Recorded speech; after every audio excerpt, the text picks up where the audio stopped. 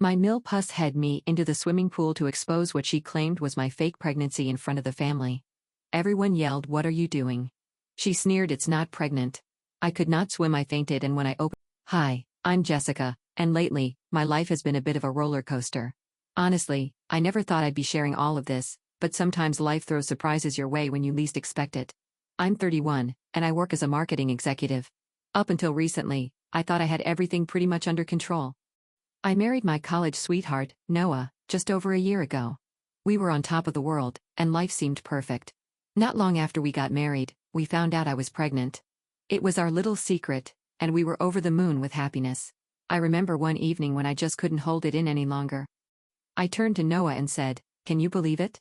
We're going to be parents." I could barely keep my excitement in check. Noah pulled me into a big hug, his eyes shining with joy. "I know, Jessica. It's amazing. But let's keep it quiet for now, at least until after the first trimester," he said gently, reminding me of the need to be cautious. I nodded, understanding, but keeping such a huge secret was harder than I'd imagined. The excitement was bubbling inside me, especially when we were around Noah's family. Oh, Noah's family. Let me give you a little picture of them. There's Lisa, my mother-in-law, who still believes her son needs constant care and mothering, even though he's an adult and married now. Then there's Terry, Noah's dad, who is about as involved in family matters as the armchair he sits in. And then there are Noah's siblings. His sister, Janet, looks at me like I somehow stole her most prized possession, and his brother, Brian, barely acknowledges my existence. Let's just say family gatherings are always an interesting experience. Take last Sunday's lunch, for example. We were all sitting down to eat when Lisa looked over at Noah and said, "Noah, honey, your shirt is wrinkled. Jessica, don't you know how to use an iron?" Her tone was sharp enough to cut through glass. I felt irritation rise in me, but I managed to keep my cool. "I'll make sure to double-check next time, Lisa," I replied, forcing a smile, even though my patience was running thin.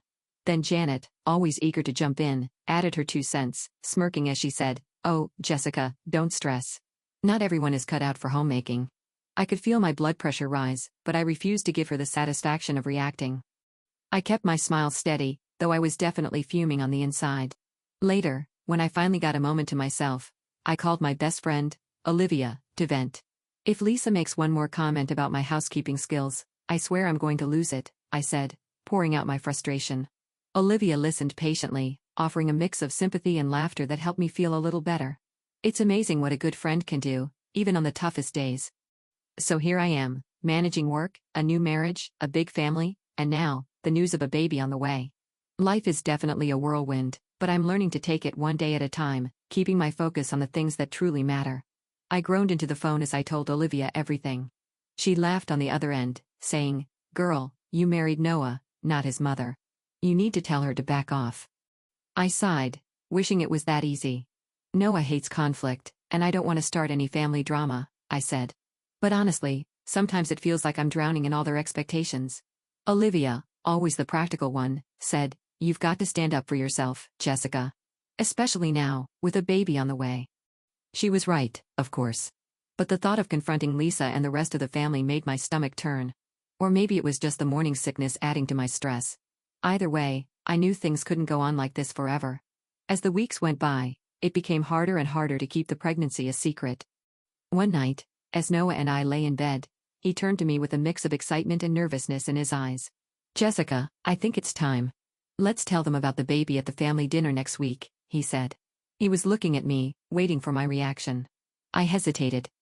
Part of me wanted to keep our happy news to ourselves, away from Lisa's constant criticism and Janet's obvious jealousy. But I knew we couldn't keep this hidden forever. "Okay." I agreed, trying to sound braver than I felt. "Let's do it." Still, I couldn't shake the feeling that this announcement would change everything, for better or worse. I just didn't know how big of a change was coming. The day of the family dinner arrived, and I was a nervous wreck. I had spent hours cooking, hoping that maybe, just maybe, this time Lisa would be impressed. But that was wishful thinking. As soon as we sat down, Lisa commented, "Jessica, dear, the roast is a bit dry. Did you forget to baste it?" Her voice was syrupy sweet, but I could hear the criticism behind it. Forcing a smile, I replied, "I'll remember that for next time." But she wasn't done. "And that dress, is it new? It seems a bit tight, don't you think?" Her eyes lingered on my waist, clearly noticing the subtle changes in my body. I was about to respond when Noah cleared his throat. Actually, Mom, we have some news, he said. This was it. I took a deep breath, giving him a small nod. Jessica and I are having a baby, he announced, smiling. For a moment, the room fell silent. Then it erupted. Oh, sweetie, that's wonderful, said Terry, Noah's dad, with a rare smile. Brian, Noah's brother, muttered a half-hearted congrats. Janet's face twisted with what I could only describe as jealousy. But it was Lisa's reaction that truly shocked me. Are you sure, Noah? She asked, her tone skeptical. How do you know she's not lying? I couldn't believe what I was hearing. Excuse me? I said, my voice barely a whisper. Lisa continued, narrowing her eyes at me. It just seems like convenient timing, doesn't it? Just as Noah's career is taking off, Noah looked genuinely confused. What are you talking about, Mom? He asked. Janet, always quick to add fuel to the fire, chimed in. Remember, Jessica used to be so strict about birth control. Funny how things change, I felt my heart drop. This announcement was supposed to be a joyful moment for our family, a chance for everyone to share in our happiness. Instead, it had turned into a moment of judgment and suspicion. In that moment, I realized just how complicated this family really was and how challenging it would be to bring a child into this world surrounded by such distrust. I couldn't believe what I was hearing. This was supposed to be one of the happiest moments of my life. Noah and I had decided together, over a year ago, that we were ready to start a family.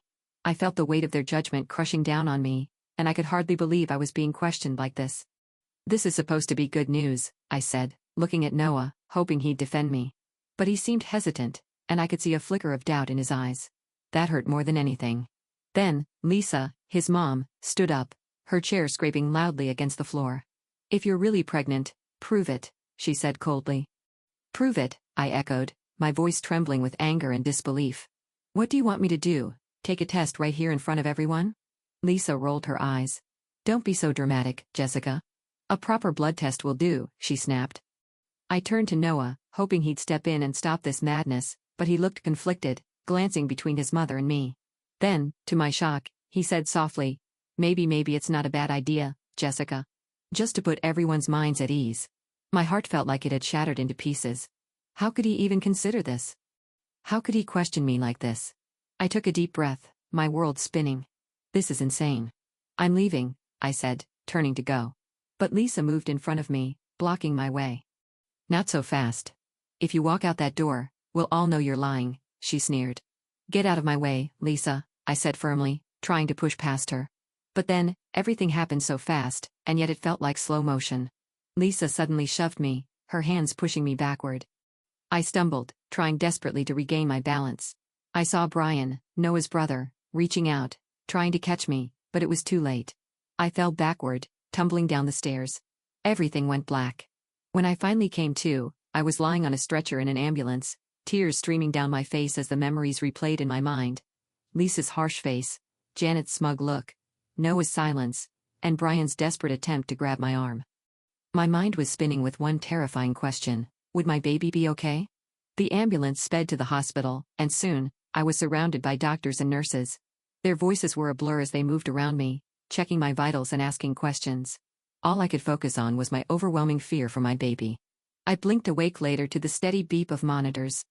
A doctor was standing beside my bed, smiling gently. Mrs. Thompson, you're awake. Good news, the baby is safe. You're both going to be okay, he said softly. A wave of relief washed over me, but it was quickly replaced by anger and hurt. How could this have happened? How could Noah's family doubt me? And worse, how could Noah himself have doubted me? I knew that things could never go back to the way they were. As I lay there, recovering, one thought filled my mind. I had to protect my baby, no matter what. And I wasn't sure if I could ever truly trust Noah or his family again. I remembered why I was there, lying in the hospital bed. Noah stood nearby, looking pale and unsure. Jessica, I'm so sorry.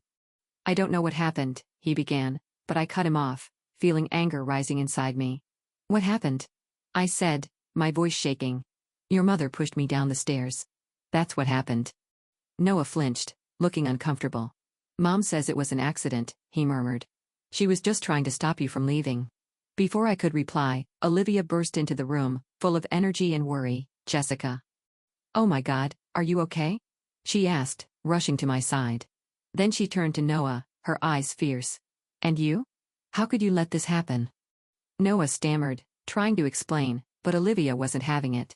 Save it, she snapped, cutting him off, then turned back to me, her voice soft. I'm here now, Jessica. Whatever you need. When Noah finally left the room to take a break, I filled Olivia in on everything that had happened. Her expression grew angrier with each word I said. We're not letting them get away with this, she said firmly. Just then, we heard familiar voices out in the hallway. It was Lisa and Janet, talking just loud enough to catch bits of their conversation. We just need to convince Noah it was an accident, Lisa was saying. Jessica has always been clumsy anyway. She's probably faking this pregnancy. Olivia's eyes widened. Without a word, she pulled out her phone and began recording the conversation as their voices faded down the hall. I felt something harden inside me. I was done being pushed around. Olivia, I whispered, I need your help. We're going to fight back. Over the next few hours, we made a plan. Olivia managed to talk a nurse into giving us copies of my medical records, which clearly showed proof of my pregnancy and my injuries from the fall, evidence of what had really happened. We should get statements from the hospital staff too, Olivia suggested. They can confirm the condition you were in when you arrived? I nodded but hesitated. What about Noah? I asked. He's been texting me, but it's clear he believes his mom's story. Forward me the messages, Olivia said, her voice strong and determined. It's all evidence, Jessica. She got to work, gathering everything we needed. Then I made a call I never thought I'd have to make. Hello. Is this the office of Diane Morgan? I need to speak with her about a domestic abuse case. A little while later, Olivia returned, looking pleased. Got it all, the medical records, staff statements, and that lovely recording of Lisa and Janet plotting, she said. I took a deep breath and looked at her. Olivia, I've made a decision. I'm leaving Noah. She looked at me gently. Are you sure? Yes. I have to for my baby's safety and for my own peace. Just then, Noah walked back into the room, looking nervous. Jessica, can we talk? Mom wants to come and apologize, he said, sounding hesitant. No, Noah. We can't talk, I replied firmly. And no, she can't come. I'm done. Noah looked shocked. What do you mean? I mean I'm leaving, I said, feeling a wave of calm wash over me. I can't be part of this family anymore, Noah, I said, trying to keep my voice steady. It's not safe for me or our child. Noah's face was a mix of confusion and pain. But Jessica, we can work this out. Maybe it was all just a misunderstanding. Olivia, standing beside me with a firm expression, interrupted him. She said she's done, Noah. You need to respect that, she said, her tone unwavering. Noah looked stunned as he slowly left the room, the door closing softly behind him. I felt a mixture of sadness and relief wash over me. Leaving wouldn't be easy, and I knew the road ahead would be tough. But for the first time in days, I felt a small spark of hope. Turning to Olivia, I whispered, "What now?" She gave me a determined smile. "Now, we get you somewhere safe, and then we make sure they face the consequences." Months passed, and I was now 6 months pregnant, living with Olivia in her cozy apartment. My baby bump was obvious, a constant reminder of why I was fighting so hard to stay strong and keep moving forward. One morning, as I was waddling around the apartment, Olivia handed me a glass of water. "Ready for court today?" she asked. I nodded, feeling both nervous and determined. As ready as I'll ever be. The courtroom was crowded, and I could see Noah and his family seated on the opposite side. Lisa looked smug, but I knew that expression wouldn't last long. Our lawyer, Diane, was fierce and prepared, ready to present the evidence we'd gathered.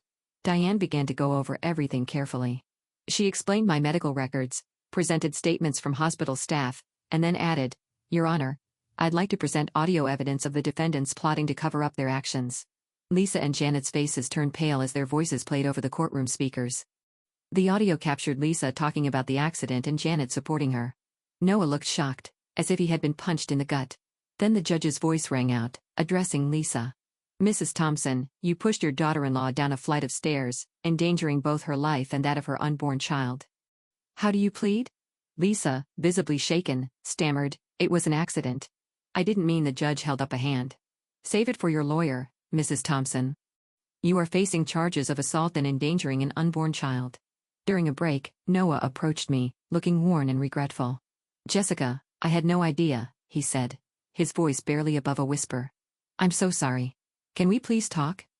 For a moment, I felt a hint of pity, but then I remembered those painful days in the hospital, his doubt, his silence, his choice to believe his mother over me. I took a deep breath. No, Noah. Your apology means nothing. You chose them over me and our child. There's no coming back from that. His face crumpled, but I stayed strong. I had a future and a child to protect now. Later, as we waited for the judge's final decision, I held my breath. The judge's gavel struck, loud and final. In the matter of Thompson versus Thompson, this court rules in favor of the plaintiff, Mrs. Jessica Thompson. She is granted a divorce, full custody of the unborn child, and a settlement of $700,000 for emotional damages and medical expenses. I let out a long, relieved breath. The fight was finally over. Now, I could look forward to a fresh start, free from the judgment and doubt of Noah's family. I had a future to rebuild, for myself and my baby, and I knew that this was only the beginning. I hadn't realized I was holding my breath until it was finally over. We had won. Now, 3 years later, I'm standing in my living room, blowing up balloons for my daughter Lily's 3rd birthday. She's my little warrior, born against all odds, now toddling around with the sweetest babbles and laughter. As I set up the decorations, Olivia walks in, arms loaded with presents. "Where's the birthday girl?" "Annie Olivia's got some goodies," she says with a big grin. Lily squeals with joy and hurries over to her, clapping her tiny hands in excitement. Watching Lily's delight, I can't help but think about how much has changed since those hard days. Today, I'm running my own small marketing business. I've turned my pain and past struggles into a mission to help others who have gone through hard times too. Through my work, I help other survivors share their stories and find strength in speaking up. It's rewarding to know that my own journey can make a difference. Lisa, Noah's mother, is serving her sentence now. It turns out that pushing a pregnant woman down the stairs has real consequences in the eyes of the law. Justice was served, and I found my peace, moving forward without the fear and negativity she brought into my life. More friends arrive as the party fills the house with laughter, warmth, and love. These friends have become my family, the family I chose. Looking around at everyone here, I feel so grateful to have these people by my side. As the party winds down, I carry a sleepy Lily up to her room and gently tuck her into bed. I stroke her hair and whisper, "Happy birthday, my brave girl. The world is yours." In that quiet moment, I realize that the world is mine again too. This life I have now is a fresh start, hard-earned and fiercely protected. I know that whatever challenges come next, Lily and I can handle them together. We've already been through so much and come out stronger. Before I go, I want to ask you something. If you had been in my shoes, would you have given Noah a second chance? Was I too harsh when I turned down his apology, or was I right to protect myself and my daughter from future harm? It's not an easy situation, and everyone may feel differently. What would you have done? Share your thoughts below. Your perspective might just help someone facing a similar choice. And, if you found this story meaningful, please consider giving it a thumbs up. It helps others find these stories and learn from real-life experiences. And, if you'd like to hear more, don't forget to subscribe. Your support means everything as we keep sharing stories that matter. Thank you for being part of this journey with us.